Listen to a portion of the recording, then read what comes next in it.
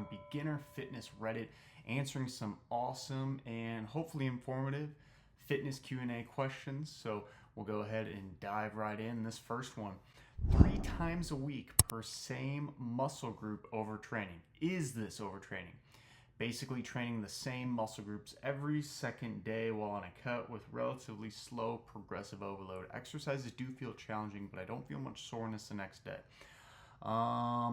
No, absolutely not. Yeah, 3 times a week per same muscle group is not bad for any circumstance. You know, if you're giving 48 hours of rest in between your workouts and essentially muscle groups, which is what this person's doing, that's plenty of time to recover. I will say though, if you are cutting, it's going to be a little bit more difficult to potentially fully recover. So you might need to play with this a little bit. And if you are noticing, you know, this person's saying they're not sore and they do feel challenging, which it's going to, you're cutting, then I think that's a good barometer. If you feel exhausted during your workouts and you are feeling sore, even though you're consistently training, probably a good time to either cut back the load, cut back the intensity. But for most people, cutting, it's going to be totally fine. Bulking, go by all means. 3 times a week is no problem at all. Is creatine worth it? I'm guessing they mean creatine. Yeah. Doing an upper body split or upper lower split, 5 days a week. Only started this about a month ago. Is creatine, somebody might need to help them out with the pronunciation of that, worth it for those of you who take it? Since starting to work out, I already feel dehydrated. Drink lots of water to combat it. So this is something near and dear to my heart because I used to take creatine a lot because I know of the performance enhancing effects. Creatine is one of those supplements that's dirt cheap, very cheap. If you're going to get some, get creatine monohydrate. It's dirt cheap and it works. Science behind it. Your cells in your body use creatine naturally to help with energy production. So you make about 1 gram per day. Usually we supplement with 5 to 3 grams a day. It gives you a little bit extra boost, a little bit of extra endurance. The main thing that it does though is actually pulls water into your muscle. And with that, your muscle is going to be more hydrated. You're likely able to push more. The catch with this though, it's pulling the water from somewhere, and if it's pulling it from your body, right, you're going to be dehydrated if, like this person, you're drinking a lot. This happened for me. I would literally get constipated even if I was chugging water. So I stopped taking it because for me, it wasn't even worth it. I was noticing so many performance enhancing decrements because I literally had to take a dump my whole workout and couldn't. It just wasn't working for me. It was giving me cramping because, again, I was dehydrated. In my stomach, not muscle cramps, but in my stomach, you know how like you really need to go. That was happening to me all the time. So I would try it out. It's dirt cheap to try it. My little brother takes it. He's 14, has no problems with it. I never have been able to, so it's going to depend on person to person. Does anyone do OMAD the day after a cheat day of eating?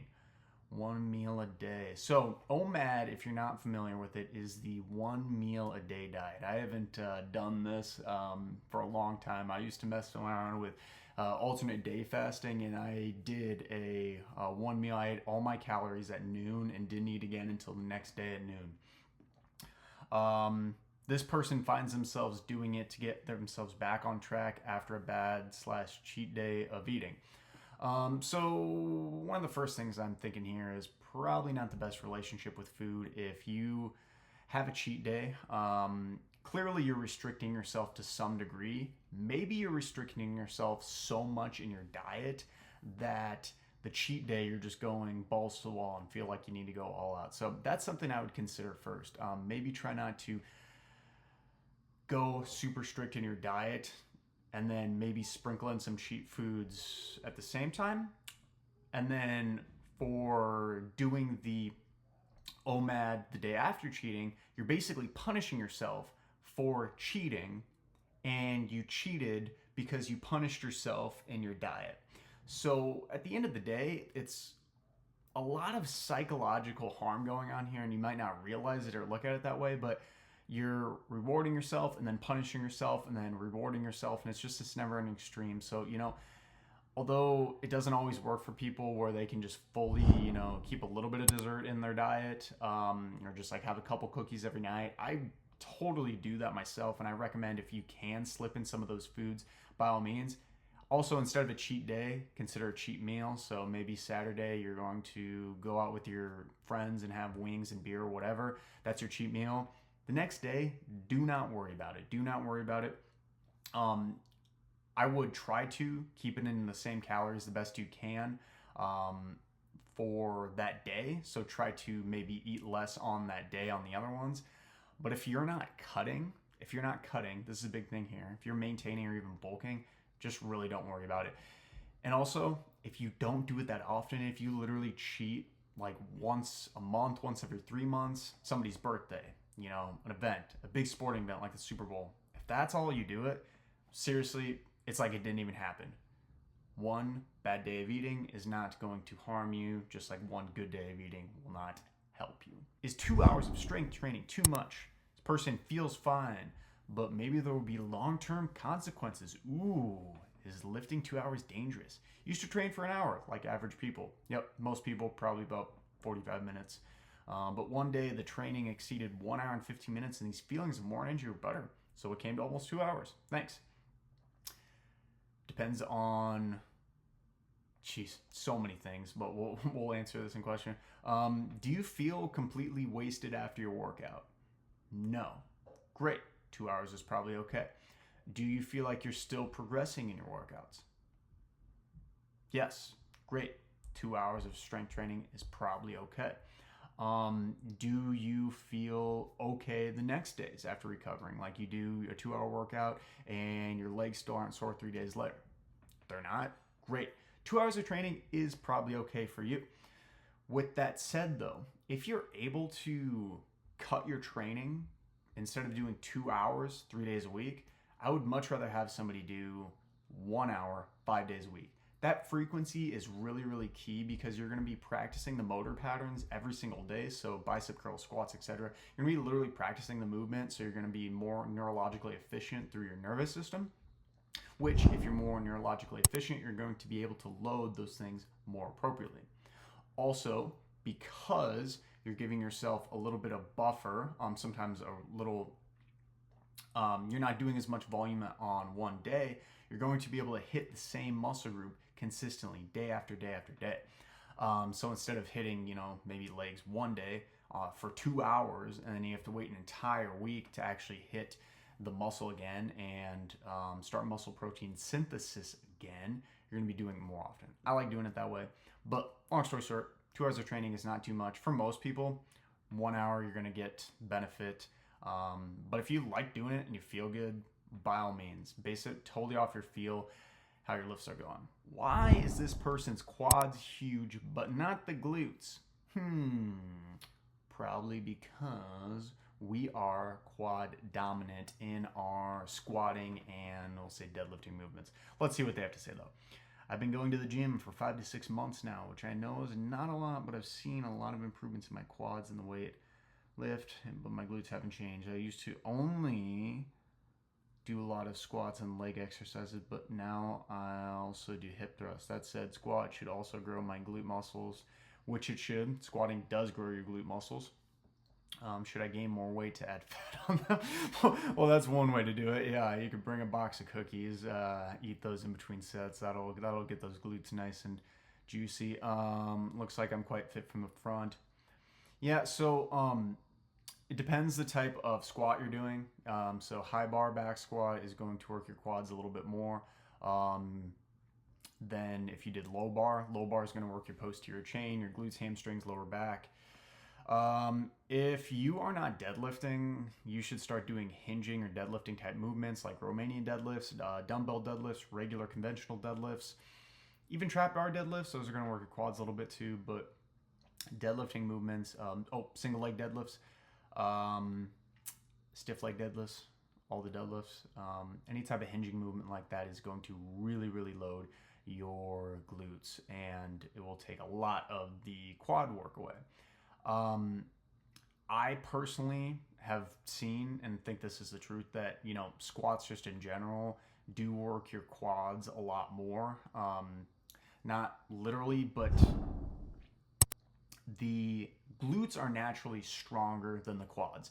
So if you're doing a barbell movement like a squat, for example, your quads are going to be the limiting factor, as in they are getting more fatigued faster than your glutes, as in they're getting more stimulus than your glutes. So your glutes may never be able to fully catch up because your quads are essentially doing most of the work. They're not actually doing most of the work, but it's going to seem that way because they are going to be felt more during the workout. They're going to take more muscle, I guess, or load, for example.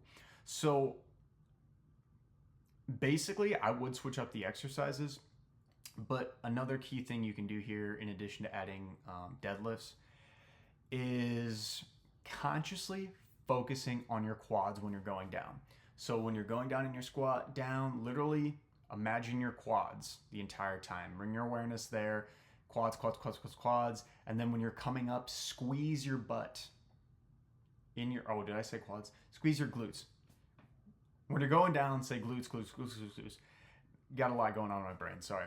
Going down, focus on your glutes, focus on your glutes, focus on your glutes. Coming up, squeeze your glutes up the top. That awareness, when you do that with any muscle, but in particular we're doing glutes here, it's going to help grow them because you're consciously putting your attention on the muscle. When you do that, you're going to contract it harder. Is C4, Smart Energy, good for you? I found a ridiculously good deal on it and appears to be good to combine with your workout. I don't want to screw my health or heart either. Smart Energy, I've actually never heard of this one. Anyone comment down below, C4 Smart Energy, what's the deal with that? Personally, this is probably just another marketing ploy for C4 to just get something out there. I'm guessing they probably added some vitamins in it, maybe some extra electrolytes in it. I'm going to look that up after I'm done filming this video. But that's usually what places like this do. Like Gatorade, you know, they'll make an electrolyte version which just has a little bit more of it. Maybe they'll have a caffeinated version. I'm guessing that this is not much different than a normal C4. And to the question then, is C4 good for you? Yes and no. You know, usually these are zero sugar, so there's no added sugar, so that's great. They just have a large amount of caffeine, so if you're somebody who has heart issues, is caffeine sensitive, you're very anxious, or I guess those are really the only criteria that I can think of off the top of my... Oh, pregnant, somebody who's really, really young, I wouldn't recommend caffeine. Or you're just trying to get off of it. Or if you drink a lot of caffeine throughout the day as well. A few more things there. So if you're in any of those categories, this might not be the best thing because you're going to be amping up your nervous system more and more and more and going to need more and more and more to the point where your body will crash because you're literally running off caffeine. So it's not that it's not good for you. It's not bad for you. You know, if this is the only caffeine you drink throughout the day, that's probably fine. Even if you drink some coffee, it's probably fine. Just make sure you actually feel energetic and good when you're not on caffeine. And if you're not energetic and good when you're not drinking caffeine or C4s or something like this, then you probably should consider cutting it back. However, you know, I'm not to judge. I've been there before. We need to get through the day. 25-year-old male, 5'7", height, body weight 80 kilograms, times 2.2, 160 to 180 pounds, around there. Huge belly, feel uncomfortable with. Want to start losing belly fat, become fit and build muscles. Don't aim to become a bodybuilder. Exactly. My focus on more having an athletic body. Where do I begin and how do I achieve these goals? So, main thing there, said he wants an athletic body. An athletic body is going to be muscular, very lean, and those are going to be the two criteria, so not huge and bulky.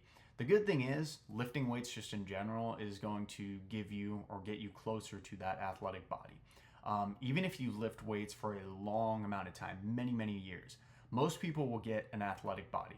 The only people who look really, really big are people who do very high volumes of working out and also take anabolic steroids. It could be an and/or. But even people who have been training for years, most of them are going to look kind of that quote-unquote athletic build. With that said, you can build specific muscle fiber types which do look a little bit better than somebody who's an endurance runner, say, for example. So endurance running, you use a lot of type 1 muscle fibers, which are endurance based. They don't really look big. If that makes sense, they're good for longer duration things. That's why a lot of runners are very skinny. They have muscle, but their muscle is built for doing lots of repetition over a long amount of time. Type 2 fibers are built from weight training, but also high intensity exercise like sprinting. So if you see a sprinter, look at them. They're jacked. They probably do lift weights, but they're probably not lifting weights all the time. And this is because the sprinting, and this may sound kind of crazy, but is almost like a weight training session. Not really, but kind of. Because they are putting so much force through their joints, specifically their leg joints, so knees, hips, ankles, that force is basically like doing a 1 rep max, like boom, boom, boom, boom, boom, but really fast, really hard, multiple times, 100-meter dash, for example. That puts a lot of stress through the joints and muscles. So because of that, very similar to lifting weights, usually it's about 10 to 12 reps and lasts like 30 seconds. If somebody's running really fast, it might be about the same thing, not 10 to 12 reps. So I would try to do some high intensity stuff, maybe not running to start because you're, it says you have a huge belly, so it might be a little overweight and I don't want to kill your joints right off. So I would get like on a stationary bike, do some sprints on there. In addition to that, you could get like an assault bike, same thing, rower, swimming is great, do some swimming sprints. But on top of that, just go and start lifting weights. Any weights will do, compound lifts, squats, deadlifts, pull downs, bench press, and then add in whatever you want. Don't overthink this. Try to hit full body. For most people, that's what I recommend because it's easy to stick to, but any program will work. Just get in there and start doing it. If you build muscle, your body's going to become more metabolically, I was going to say efficient, but it's not. It's actually going to burn more calories. Over time, it will become more metabolically efficient and burn less calories just because it's used to the muscle you have. But initially, you're going to basically start getting, furnaces on your arms, legs, etc. when you start building that muscle. They're going to be literally calorie furnaces. They're going to start burning calories at rest. So that's the cool thing about lifting weights that not a lot of people realize when it comes to basically losing fat is that when you're resting and doing nothing, all that muscle you built is still burning extra calories. So if you add an extra 5 pounds of muscle to your body, that's 5 pounds of muscle compared to when you didn't have 5 extra pounds of muscle that's constantly burning all the time. So long story short here, do some high intensity exercise. You're gonna have to tweak your diet a little bit too and probably eat a little bit less. NIH, body weight calculator planner, that's the one I recommend and like to use for people. Go check that out and type in your different measurements and stuff, and then just lift some weights, man. Any will do. Skinny 22-year-old male here, looking for a beginner routine, kind of lost. Recently started going to the gym, past 2 weeks. Since I'm skinny, putting on some muscle, look more toned. No diet is a big part of battle, why I'm also working on that issue. But the issue lies with the workout routines. I've been using Strongless 5x5, doing some research and seeing people discouraging folks from using it, recommending. Okay, so complete opposite. Diet is a big part of the battle.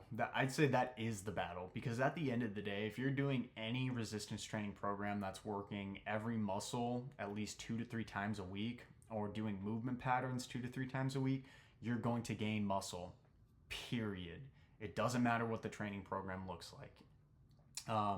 However, if you're not eating enough calories, if you're not in a calorie surplus, and if you want to know if you are in a calorie surplus, go to the NIH body weight planner, and that's a good calorie calculator you can use for yourself. But if you're not in that calorie surplus, you're not going to gain any body weight. And if you're not gaining any body weight, you're not gaining any muscle at all. Unless you're really, really new to lifting, which I guess this person is past 2 weeks. But even more so, this person's skinny, they need to be in a calorie deficit. Don't worry about the workout program. Strong lifts is fine. It is a little bit more biased towards building strength, but it will build some muscle. Push-pull legs, that one's common, but one push-pull legs routine is completely different from another person's push-pull legs. That's going to be a program where you make it. I think strong lifts is great to start with. Dude, just you got to find ways to eat more. Extra fat, peanut butter oils to your food. Find food you like, double down on it. Liquid calories, smoothies, shakes. Bring food to the gym. Eat there. All those are good tips. This person needs some cutting advice. Girl that changes. Oh, I'm a girl if that changes the advice. First time wanting to lose a little bit of weight. As of right now, I don't count calories as I have a history of eating disorders. Relatable. I don't count calories anymore either because I also had an eating disorder. And I'm still aware of generally how many calories I eat per day, but I don't track it religiously because it really messed up my head. And it's still there. It's still there to some degree, but it's much better. Does anyone have any suggestions on how to best work with that situation? What tracking app would be the best? Any other general cutting advice would be great. Honestly, since you have an eating disorder, doing stuff like portion control and just being really mindful about your fullness and what you're craving is probably going to be the best advice. So, for example, if you're like craving a certain food, I would sit down and ask yourself, like, why am I craving this? Is it because I'm dehydrated? Is it because I've been thinking about food all day? Is it because I'm around people who are constantly eating all day? That's something to analyze. Whatever you're eating, I think a good thing is just to do some general research. So maybe calorie count for a week, download something MyFitnessPal, track what you eat for an entire week, do some calorie counting. I know it's not the best right then. It might even get some of that compulsion back, but you just want to find out the calories in food. And you will quickly realize what foods have a lot of calories and what foods are a little bit lower in calories and have the different macronutrients you want. And once you do that, you can be mindful at your meals. So for example, you can, if you're out to eat and they're having pizza and breadsticks, you can quickly realize that, oh shoot, I remember because I tracked that, pizza and pastas and those types of things are usually really high in calories. So I probably only want to take, one piece of pizza, one breadstick, or maybe like just a small serving of pasta versus if we went out and we were having salads for dinner. Because salads, unless you had a bunch of extra ranch, pretty low calories, right? So that's going to be the thing. And then just portion controlling off of where you eat. When I go out to eat, I realize that most of the stuff is very fat. There's a lot of fat added to it, like butters, oils, etc. So I will usually try to get something that's a little bit leaner, like chicken fajitas is something I get at taco places because it's literally chicken and vegetables with a little bit of oil on it, obviously. And then it comes with tortillas. I don't eat the chips there. Usually I have a couple with my meal. Comes with tortillas, which I usually try to fit into my day, but sometimes I just don't eat the tortillas because it's extra carbs and extra fat, and those things aren't bad, but a lot of times those are what get really out of hand at restaurants. So yeah, I hope that gives some good advice to this or whoever's doing it. Portion controlling is going to save you, and also just like eat and feel your body. Am I actually full? Okay, I'll eat some more. Am I really, really hungry? Yeah, maybe I'll eat a little bit more right now. That's going to be very important too. That's called intuitive eating. This person's having back spasms. So they hurt their back very drastically the other day. On the floor screaming, oh man, ambulance, take me to the hospital. I'm slowly on the mend now and I don't want to repeat it. Experience back pains frequently, but want to do something about it. I will be seeing my GP soon. Oh. So there's nothing fitness related inherently in this. I wonder why they posted it in the beginner fitness Reddit, but I guess regardless, they might get recommended to physical therapy. And if somebody was coming to me and they were having back spasms, lots of pain, anytime they have that, I try to get them moving their back in a way that's not going to cause pain or spasms, or hopefully decrease the spasms. So anytime you're spasming, it's usually because the muscle is very, very fatigued, to the point where the brain is just sending constant signals to that muscle, fire, fire, fire, because it's at a point where it's like, I don't even know what to do anymore. So it just kind of goes haywire. So what you can do is to kind of try to retrain your brain to realize like, okay, it's firing now, and when I'm not doing it, it's going to rest. That's going to be crucial because you're trying to retrain your nervous system to some degree in that way. But obviously, there might be some pain initially with this. So I'm not going to have somebody doing barbell deadlifts, right off the cuff if they're having back spasms. I might start them out just practicing basic hinges. So bending over and up with their hips without any weight at all, and just see if that does anything on the back. Because guess what? That's still stress on the back. Their entire body weight when they're bent over is on their back. From there, maybe we'll deadlift like a 5-pound ball or something, work through that. Somebody who has back spasms usually is kind of weak to the side to it, so I try to work in some side mobility exercises like side bends. But for the most part, it's going to be trying to work in some deadlifts. At least that's what I would start with, at a very light weight, or range of motion that's maybe not all the way down, and work from there. Hopefully this person gets some help. And if you're dealing with any type of spasming in your body in a specific area, there could be a lot of things going on. It could be weakness. Hard to say. So